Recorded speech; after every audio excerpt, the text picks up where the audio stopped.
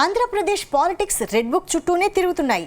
గత వైసీపీ ప్రభుత్వంలో అవినీతి అక్రమాలకు పాల్పడిన నేతల చరిత్రను రెడ్ బుక్ ఆధారంగా కటకటాల వెనక్కి నెడుతున్నారు.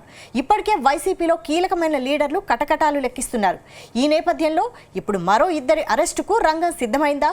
త్వరలోనే ఆ ఇద్దరు మాజీ మంత్రులను కటకటాల వెనక్కి నెట్టడం ఖాయమా?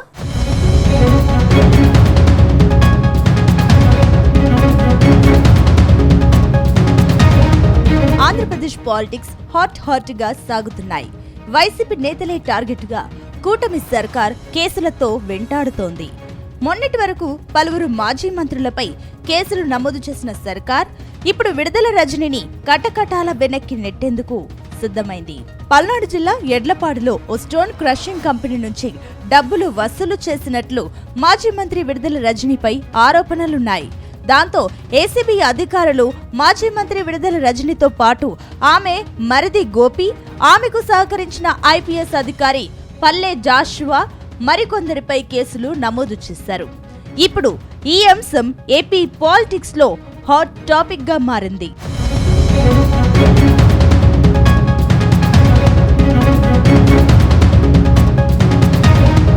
ఇక తనపై నమోదైన కేసులపై మాజీ మంత్రి విడుదల రజని తీవ్రంగా స్పందించారు.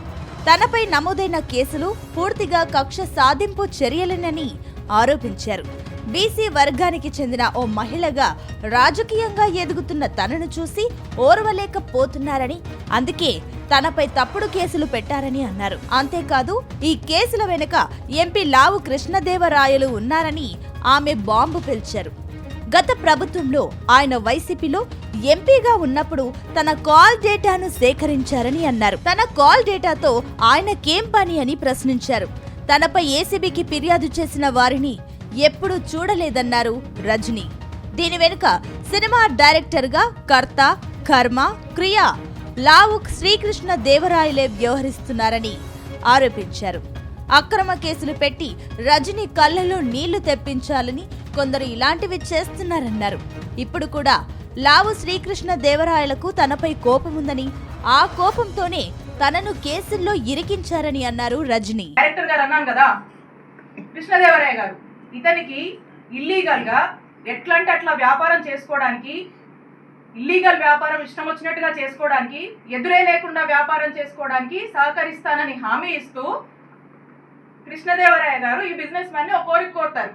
ఏంటంటే, నా టార్గెట్ విడుదల రజని. ఈ విడుదల రజని మీద తన్ని డిఫేమ్ చేయాలి, తన మీద ఏదో ఒక కంప్లైంట్ పెట్టండి, తన్ని డిఫేమ్ చేద్దాము, కంప్లైంట్ పెట్టించడము, ఆ పైన ఫాలోఅప్లు వ్యవహారాలు మొత్తం నాది బాధ్యత.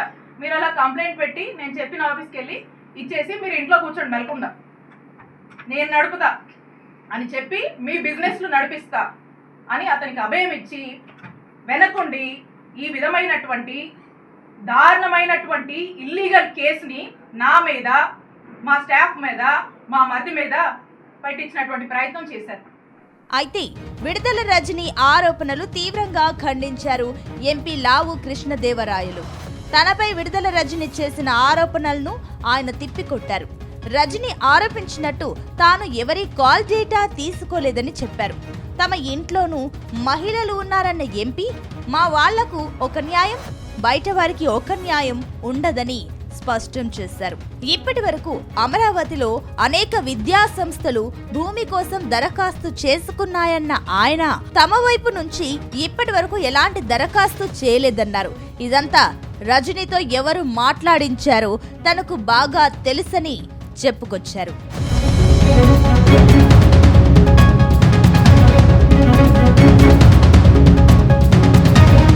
ఇదిలా ఉంటే మాజీ మంత్రి అంబటి రాంబాబు పైన సర్కార్ ఓ కన్నేసినట్టు తెలుస్తుంది.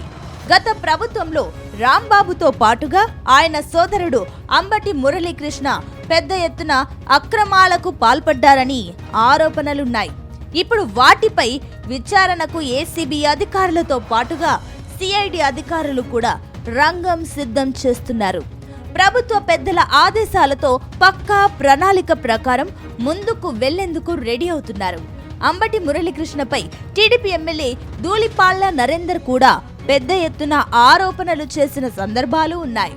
భూ కబ్జాలతో పాటుగా సహకార బ్యాంకుల్లో రుణాల విషయంలో కూడా ఆయనపై ఆరోపణలు వచ్చాయి. ఇప్పుడు వాటిని కూడా నెగ్గు తేల్చేందుకు ఏసీబీ అధికారులు రెడీ అవుతున్నారు.